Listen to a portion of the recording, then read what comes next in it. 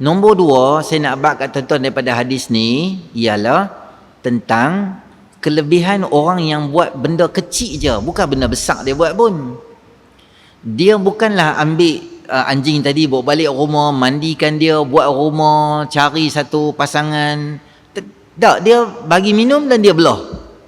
Dan dia bagi minum pun dengan kasut je.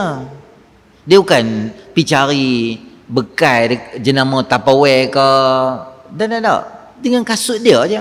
Kita kata apa? Benda yang sangat senang dan sangat mudah, bukan benda besar baik dia buat pun, tapi di sisi Allah, Allah hargai benda tu. Kerana apa? Dengan niat yang baik.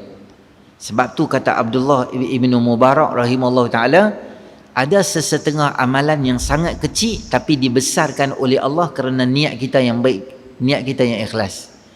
Ada sesetengah amalan yang sangat besar tapi dia menjadi kecil kerana niat dia bukan kerana Allah Subhanahu Wa Taala. Jadi nombor dua saya nak abang apa? Jangan persenda atau jangan pelekeh, jangan pandang baik ni sebelah mata. Kata Nabi SAW, la tahqiranna minal ma'rufi syai'a walau an talqa akhuka biwajhin taliq, atau kama qala sallallahu alaihi wasallam. Benda-benda baik ni jangan pandang remeh kat dia. Walaupun sekadar tengok member hampa dengan muka ceria. Sekali kita balik, masa nak pakai kasut, jumpa member. Ji, sihat lah? Sihat. Balik? Balik. Yang tu, kecil ke besar? Kecil je. Tapi Nabi kata, perbuatan tu, jangan hang pandang remeh. Tu cakap tau, Nabi kata senyum je. Jumpa di traffic light, kita tak kenal benda tu. Senyum kat dia. Senyum tu di sisi Allah sangat besar ganjaran di sisi Allah. Maka tambahlah tuan-tuan main kuliah, main ceramah, derma, masjid, surau, tolong yang ni, tolong orang susah dan sebagainya. Kesemua itu pahala ganjaran yang sangat besar di sisi Allah Subhanahu wa taala. Jangan pandang remeh dengan benda baiklah. Qabliyah ke, ba'diyah ke, apa-apalah benda semayang. Walaupun sekadar bagi makan kat kucing kat kedai makan je. Kucing main kat kita pelan-pelan, kita nak habis dah nasi goreng ayam. Adalah ayam sikit ujung tu, bahagian dada tu koyak sikit, ambil nasi satu camca, bubur kat dia kat bawah tu. Dia pun meow makan. Yang tu besar ganjaran di sisi Allah. Bukan besar pun. Kecil je benda tu. Kecil je. Orang buat kenduri. Makan dengan kita ni siapa dia? Yang makan dengan kita ni ada satu bapa dengan anak kecil lah. Sekali dia duk, mak dia duk jaga anak, dia ni duk jaga anak. Sekali dia lari pergi hambat anak dia. Lalah dia tinggal nasi tu. Dia pun pergi mana tak tahu dah. Kita duk sebelah dia. Apa kita buat? Kita buka puasa. Kita tolong ambil cawan dia, tolong ambil pinggan tu, apa lebih kurang sikit, atau mungkin dia terlupa, kita pergi tuang, tolong Tok Siap buang dalam tong sampah. Tak, bukan benda besar, benda kecil je. Tapi dihargai. Imam Bukhari satu hari dia tengok anak murid dia duk asah pensel kolam pensel ni dekat dalam masjid. Maksudnya masa dia duk mengajar tu, dia duk asah-asah, dia tulis apa Imam Bukhari mengajar. Selepas kuliah, lepas pengajian, anak murid pun balik dah. Imam Bukhari buat apa? Dia pergi dekat kawasan tu, dia yang kutip. Orang kata lah, anak murid lain kata, apa ni Tok Guru buat macam ni, memang kami. Dia kata tak apa. Biar aku nak dapat pahala kecil-kecil ni, biar aku nak cari nak dapat juga. Allahu Akbar. Maknanya besar di sisi Allah Subhanahu wa taala. Banyak benda baik yang kita boleh buat, walaupun benda tu kecil, kita cari ruang tak mana kita boleh buat, kita buat. Tak kira lah benda tu benda akhirat atau melibatkan dunia, bantu sesama manusia, sama orang dan sebagainya. Meringankan. Kata Nabi SAW, wallahu fi auni al-abdi ma kana al-abdu fi auni akhi. Allah akan sentiasa bersama dengan seseorang kalau seseorang tu dia sentiasa bantu hamba dia. Kita tolong orang, Allah akan bantu kita balik. Tu yang nombor dua. Dan nombor tiga, saya nak bagi juga kat tuan-tuan daripada hadis ini, Allah Subhanahu wa taala Tuhan Maha Pengasih dan Maha Penyayang, sentiasa mencari ruang dan peluang supaya nak mengampunkan hamba dia dan nak bagi ganjaran syurga pada hamba dia. Walaupun benda tu benda kecil yang kita buat.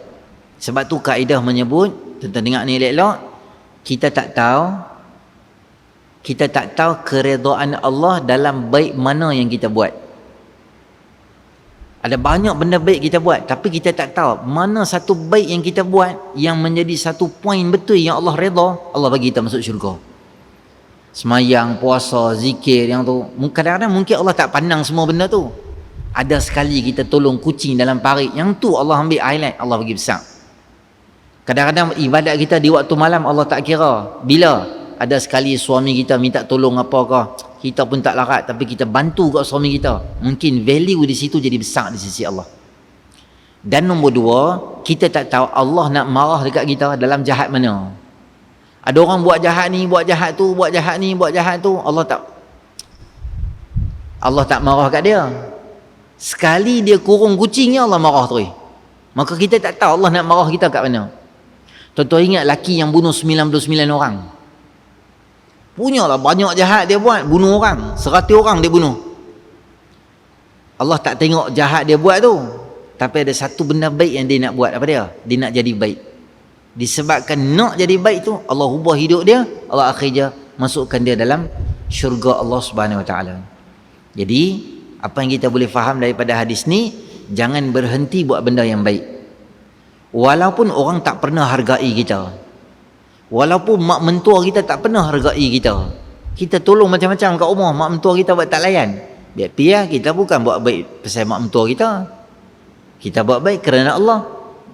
Di tempat kerja kita buat baik macam-macam, orang duk tengok buruk kita juga, biar piah, sebab kita bukan nak kredit daripada manusia, kita nak kredit daripada Allah Ta'ala. Di dunia mungkin tak dihargai, tapi di akhirat mendapat tempat yang sangat besar di dalam mahsyar lagi. Allah bagi kat dia kebaikan sebab benda baik yang dibuat oleh siapa sahaja. Tuan-tuan pernah ingat tak satu hadis yang Nabi SAW sebut dalam hadis Imam Muslim menyebutkan, seorang lelaki yang confirm muka dia nak masuk dalam neraka,